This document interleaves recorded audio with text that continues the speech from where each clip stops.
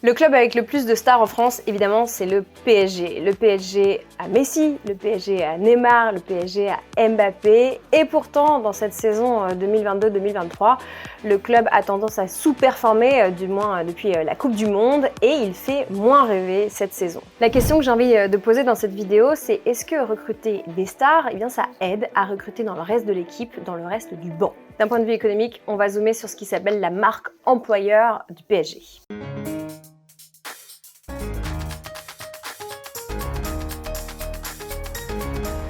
Alors la première question, c'est qu'est-ce que c'est qu'une marque employeur? Une marque employeur, c'est très simplement l'ensemble des problèmes qui sont liés à la gestion des ressources humaines. Ça marche dans un club, mais ça marche aussi dans une entreprise.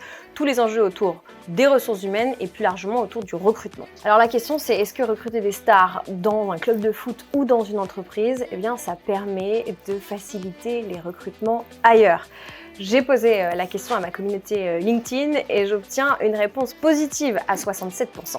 Le recrutement des stars en soi, c'est pas une mauvaise chose. On peut faire des parallèles avec d'autres secteurs. Par exemple, il y a des grands acteurs qui vont venir servir des films, des grands designers, des grands couturiers qui vont venir servir des maisons de couture. Mais de la même manière, il y a des grandes stars, des grands joueurs stars qui vont venir servir des clubs de foot. J'ai un chasseur de tête, Michael Obadia sur LinkedIn, qui me dit que ça sert particulièrement de recruter des stars quand on lance sa boîte, quand on démarre son activité. On peut faire un parallèle avec le monde de la tech. Dans les startups, on recrute très souvent des développeurs stars qui vont permettre derrière de construire plus facilement une équipe technique assez sophistiquée. Alors l'autre avantage de recruter des stars, c'est ce que me dit une spécialiste de la marque employeur aussi sur LinkedIn, Fanny Carlier, c'est que ça permet de créer une bonne dynamique. Ça tire l'ensemble des effectifs vers le haut. Enfin, cette question, je l'ai posée à une copine qui est chasseuse de tête. Elle me dit que le plus important quand on recrute une star, c'est de bien définir l'objectif de ce recrutement. Si l'objectif assumé, eh bien, c'est de faire le buzz dans les médias et d'augmenter sa visibilité, eh bien, ça s'entend, mais il faut assumer cette stratégie pleinement.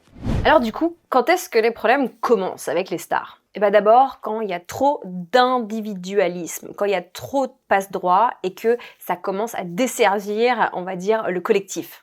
La deuxième difficulté, elle est plutôt côté management. En gros, quand certaines stars abusent de leur statut et en sont très conscientes.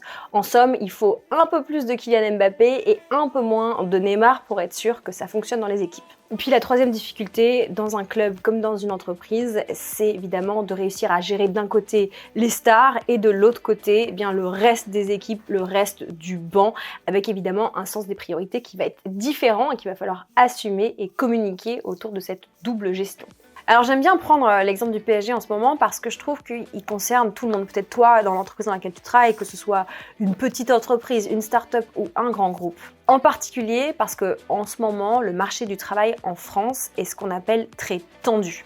Tendu, ça veut dire quoi? Ça veut dire très simplement qu'il y a plus d'offres que de demandes. Ça veut dire qu'il n'y a pas assez de candidats pour candidater aux postes que les entreprises proposent sur le marché du travail. Et la conséquence, c'est quoi? C'est que c'est les candidats qui ont la main, c'est les candidats qui ont le pouvoir. Évidemment, quand on parle de Messi, on parle du GOAT, on parle du greatest of all time, le meilleur joueur du monde. Alors, d'un point de vue sportif, est-ce que c'était la meilleure décision? Je sais pas, je suis pas coach, mais en tout cas, associer Messi, Mbappé et Neymar d'un point de vue économique, voire même d'un point de vue diplomatique, c'est sûr que c'est une belle idée sur le papier. Et puis, il y a un dernier mot sur la culture d'entreprise. Évidemment, recruter une star, c'est bon pour la com, c'est bon pour l'image d'un club de foot comme d'une entreprise, mais à la fin de la fin, il faut quand même réussir à intégrer l'entreprise, à intégrer le club et la culture d'entreprise. Qu'on soit une star ou qu'on ne soit pas une star, c'est essentiel de s'y intégrer, sinon simplement